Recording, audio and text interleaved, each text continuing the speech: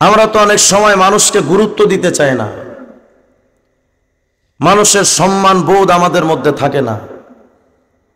সমাজের কিছু মুসল্লিরা দেখবেন এমন আছে, বেনামাজির হাতে খাওয়া যাবে না। আরে বাপ রে বাপ, কত বড় আল্লাহওয়ালা উনি! বেনামাজির হাতে খাওয়া যাবে না, এই ফতুয়াটা আপনাকে কে দিল?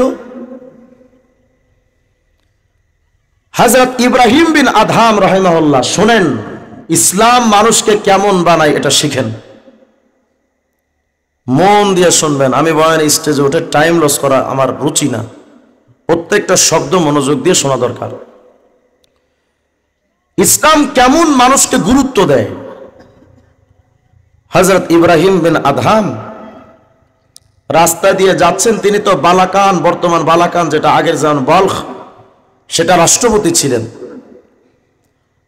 তো রাস্তা দিয়ে যাচ্ছেন, তো দেখেন যে এক মদখোর মদ খেয়ে পড়ে আছে। তো ইব্রাহিম বিন আদহাম তখন রাষ্ট্রপতি, তিনি মদখোরের কাছে গেলেন, গিয়ে দেখেন যুবকের মুখ থেকে ফেনা ছুটতেছে, ফেনা। তো ইব্রাহিম বিন আদহাম রাহিমাহুল্লাহ নিজের রুমালটা নিয়ে মদখোরের মুখটা মুছে দিচ্ছে। সুবহানাল্লাহ বলবেন না? তো কিছুক্ষণ পরে মদখোরে যখন জ্ঞান ফিরেছে, তো তাকায় দেখে যে বলখের বাদশা ইব্রাহিম। ভাবেন তো, রাষ্ট্রপ্রধান ইব্রাহিম তার মুখটা মুছে দিচ্ছেন। যুবক তো অবাক, হুজুর আপনি আমার মতো মদখোরের মুখটা আপনার দামি এই পবিত্র রুমাল দিয়ে আমার মুখ মুছে দিলেন?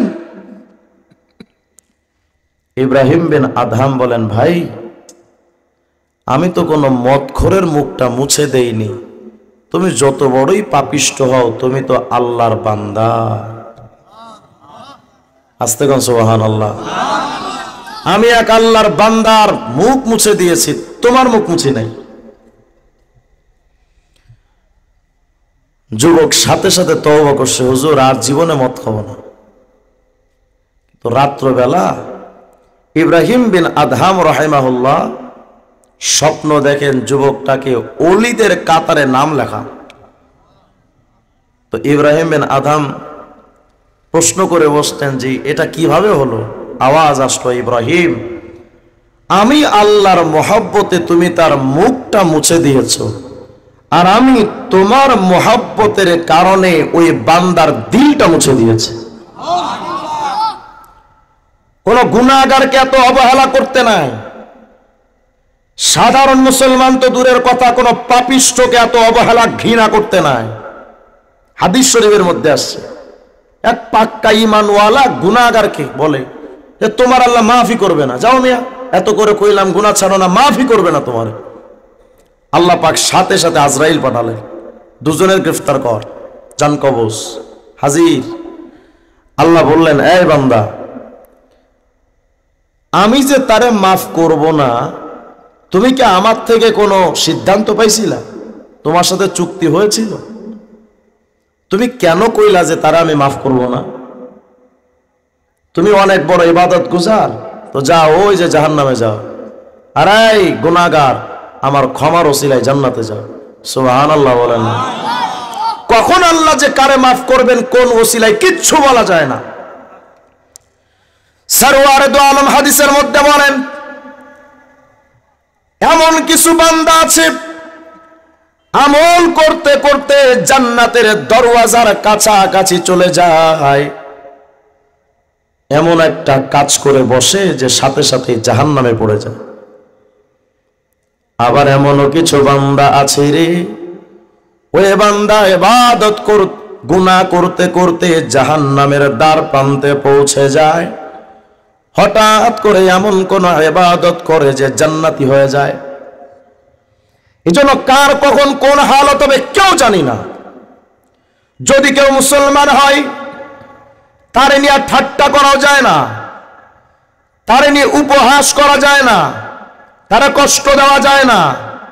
বুখারী শরীফের মধ্যে হাদিস আসছে, মুসলিম শরীফের মধ্যে হাদিস আসছে, আত-তারগীব ওয়াত তারহিবের মধ্যে আসছে, সুনানে ইবনে মাজার মধ্যে আসছে, মুসনাদে আহমদের মধ্যে অসংখ্য জায়গায় হাদিস এসেছে, লা ইউমিনু আহাদুকুম হাত্তা ইয়ামানা জারুহু বাওয়াইকা, তোমার প্রতিবেশী যদি তোমার হাতের দ্বারা, মুখের দ্বারা, জবানের দ্বারা, তোমার আচরণের দ্বারা যদি কষ্ট পায়, তুমি মুসলমান নও, ইমানদার নও। এখন তো আমরা প্রতিবেশীদের উপরে জুলুম জুলুম জুলুম। এক সময় তো জুলুম করত আওয়ামী লীগ, জুলুম করত বিএনপি আর জামাতের উপরে, আর এখন জুলুম করে নৌকার লোক ইগল রে। কথা বলেন, আছে না নাই? দলে দলে মারামারি, ও আমার দল করে না, ও আমার এলাকায় থাকতে পারবে না, এমন মামলা দেয় বেচারা মাসের পর মাস তার ঘরে ঘুমাতে পারে না। বলেন আছে না নাই? কোন নেতারে খুশি করার জন্য প্রতিবেশীর নামে মিথ্যা মামলা দিয়েছ? আল্লাহর হাবিব বলেন, তোমার হাতের দ্বারা, জবানের দ্বারা যদি কেউ জুলুমের শিকার হয়, তুমি পাক্কা ঈমানওয়ালা নও। এই মুমিন, প্রতিবেশীর নামে যখন মিথ্যা মামলাটা দাও, তার মাথাটা ফাটাও নেতারে খুশি করার জন্য।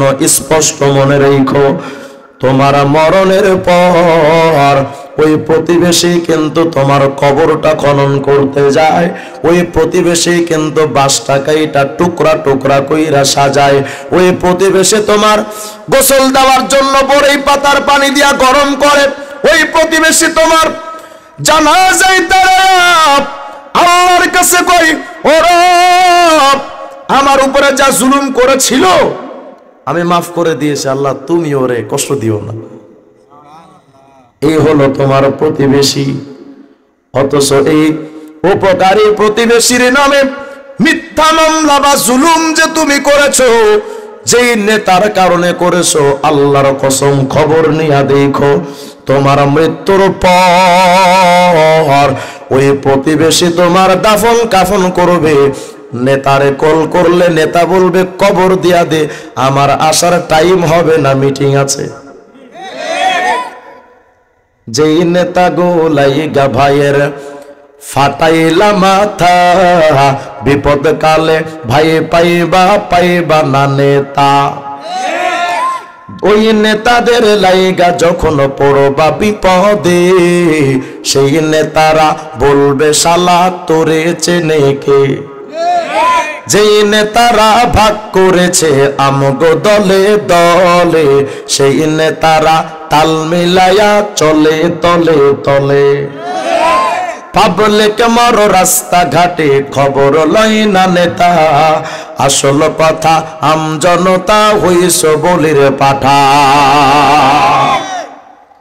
জুলুম এমন মারাত্মক কি গুনাহ। হযরত মুকাতিল বলেন, আরে দুনিয়ার মানুষ জানো, ভাবতেছো পশু পাখির বিচার নাই, শুধু মানুষের বিচার, পশু পাখির নাই? ভুল কথা। হযরত মুকাতিল বলেন, ইয়াজমাউল্লাহুল ওয়াহুশা ওয়াল হাওয়াম ওয়াদ দাওয়াব ওয়াত তায়র। কিয়ামতের ময়দানে সমস্ত পশু পাখিদেরকে আল্লাহ পাক একত্রিত করবেন, সব পশু পাখিকে জমা করবেন। ফায়ুকযা বাইনাহুম, এখন প্রতিবেশীর উপরে আবার জুলুম, তাদের মধ্যে যে বিচার আচার, এটা এখন শুরু হবে। কি বিচার? হাত্তা ইউক্তাসা লিল জাম্মা'i মিনাল কারনা, শিংওয়ালা পশুদেরকে আল্লাহ দাঁড় করাবেন। দাঁড়াও, ভালো করে মনে রাখেন, আজকে আলেম দেখলেই তো গালি দিতে মন চায়। জঙ্গি, জিএমবি, উগ্রবাদ, সন্ত্রাস, ধর্ম ব্যবসায়ী, কত কিছু কয়ে গালি দেন না কেন? আমরা দুর্বল বলে। মনে রাখেন, দুর্বললে কোনোদিন দুর্বল মনে করা ঠিক নয়। দুর্বলরা যে শক্তি নিয়ে চলে, ওই শক্তি পৃথিবীর সুপ্রিম পাওয়ার আমেরিকারও নাই। কোন পাওয়ার জানো? তোমার সাথে কারো ঝগড়া হলো, তুমি দিলা একটা ঘুষি, সেও পাল্টা ঘুষি দিয়া দিল, তোমার মামলা শেষ। কিন্তু তুমি থাপ্পড় মারলা রিকশাওয়ালা, তোমার জমির কামলা, তোমার কর্মচারী, তোমার ড্রাইভার, ছোট ভাইয়ের, আমার সব অত দুর্বল, তোমার বিরুদ্ধে পাল্টা প্রতিশোধ দিতে পারবে না, কিন্তু সে হয়তো তোমার উপর হাত চালাইতে পারবে না, কিন্তু হাত তো আল্লাহর কাছে উঠাইতে পারবে। কথা কয় না? ও যখন তার হাতটা মালিকের কাছে উঠায় বলবে, আল্লাহ আমি তো দুর্বল, আমার গায়ে শক্তি নাই, কিন্তু যে জুলুমটা ও আমার উপরে করলো আমি এর বিচারটা দেখতে চাই, তোমার কুদরতি হাতে বিচার কইরো। আল্লাহর কসম, আল্লাহ যখন বিচারটা মাজলুমের পক্ষ নিয়া, দুর্বল মাজলুমের পক্ষ নিয়া জালেমের বিরুদ্ধে করবে, আল্লাহর কসম ওই জালেমকে পৃথিবীর কেউ হেফাজত করতে পারে না। আমরা যারা কারাগারে ছিলাম, আমিও তো 2.5 মাস ছিলাম, মামলা হলো ককটেল বিস্ফোরণ। কি মামলা? ককটেল। ভাবেন কত বড় কোয়ালিটি সম্পন্ন সন্ত্রাস আমরা। তাও ককটেল কি সব জায়গায় মারছি? বাইতুল মুকাররমের সামনে ককটেল মারছি। মামলায় কি লিখছে? মামুনুল হক সাহেব তো আমার উস্তাদ, লিখতেছে মাওলানা মামুনুল হক নির্দেশ দিচ্ছে ককটেল মারার। আচ্ছা, এই নির্দেশটা শুই না জুনায়েদ আল হাবিব সাহেব, বুড়া মানুষ, উনি ককটেল নিয়ে মারতেছে মানুষের গায়ে, আর খালিদ সাইফুল্লাহ আইয়ুবী সাহেবের হাতটা ভাঙা, উনি মানুষের মাথায় লাঠি দিয়া বাড়ি দেয়। আর ওই জায়গায় রিজওয়ান রফিকিও সাহায্য করতেছিল। আমি কাগজটা দেখে বুঝলাম মামলাটা যিনি লিখছে উনি যে গাঞ্জা খাইছে হয়তো গাঞ্জার মেয়াদ ছিল না। মেয়াদ থাকলে এমন ঠাড়া বড় মিছা কথা লেখা যায়? কিন্তু আমরা তো বড় দুর্বল, আমরা তো প্রতিশোধ নিতে পারবো না জানি। এজন্য আমরা একটা আমল করতাম প্রতিদিন কারাগারের ভেতরে। আমরা তো 50 জন আলেম একসাথে ছিলাম একই সেলের মধ্যে। মামুনুল হক সাহেব, আইয়ুবী সাহেব, সাখাওয়াত হোসেন রাজি সাহেব, জুনায়েদ আল হাবিব সাহেব, আমির হামজা সাহেব, আমরা সবাই একসাথে। তা আমরা প্রতিদিন জোহরের নামাজের আগে সবাই গোল হয়ে বসতাম। গোল হয়ে বসে আসমাউল হোসনা, ইসমে আজম, বিভিন্ন আদিয়ায় মাসনুনা কিছু দোয়া দুরুদ পড়ে, কোনদিন মামুনুল হক সাহেব হাত উঠাতেন, আমরা আমিন আমিন বলতাম। কোনদিন জুনায়েদ আল হাবিব সাহেব হাত উঠাতেন, কোনদিন আইয়ুবী সাহেব হাত উঠাতেন, কোনদিন সাখাওয়াত সাহেব হাত উঠাতেন, কোনদিন আমি উঠাতাম। সবাই আমিন আমিন বলতাম, একজন দোয়া তো করতেন।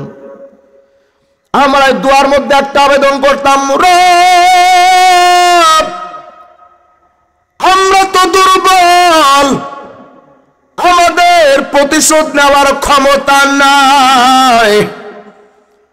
মাসের পর মাস, বছরের পর বছর যারা আমাদের বাচ্চাদের চোখের পানি ঝরাইলো, আমার মা বাবার ঘুমটা হারাম করে দিল, বন্ধী জীবন যারা আমাদেরকে দিল, আমাদের মুসল্লিদেরকে যারা বঞ্চিত করলো, আমাদের শ্রোতাদেরকে যারা কান্দাইলো, আল্লাহ আমরা তো ওদের বিচার করতে পারবো না, কিন্তু বিচারটা তোমার কুদরতি হাতে তুলে দিলাম, তুমি বিচারটা কইরো। মনে রাখো জালেম সম্প্রদায়, আল্লাহর কসম করে বলি, এই মাজলুমদের দোয়া যখন কবুল তো নিশ্চয়ই হবে। এই দোয়াটা যেদিন কবুল হয়ে বিচারটা যখন আল্লাহর তরফ থেকে শুরু হয়ে যাবে, ইন্ডিয়ান গরুর মুখ খাওয়া দাদারাও তোদের বাঁচাতে পারবে না। তাকবীর, নারে তাকবীর। ইসলামের শত্রুরা, ভারতের দালালরা, ইহুদির দালালরা, নারে তাকবীর। এই জন্য কোনদিন দুর্বলদের দুর্বল মনে করেন না, শক্তিশালীদের সাথে থাকে পাওয়ার, আর দুর্বলদের সাথে থাকে কহার। সুবহানাল্লাহ বলে না? আল্লাহ যখন জব্বার আর কহারিয়াতের আমল শুরু করে দিবেন, পালানোর পথ পাবা না। বাস্তব প্রমাণ, আফগানিস্তান কত যে শোষণ করেছিল দুর্বলদের উপরে, অবশেষে আল্লাহর সাহায্য যখন তালেবানদের উপর আসছে, পৃথিবীর সুপ্রিম পাওয়ার আমেরিকার সমস্ত বসতি, সমস্ত স্থাপনা ছেড়ে লেজ গুটিয়ে পালাতে বাধ্য হয়েছে। আফগানিস্তানে কোন আমেরিকার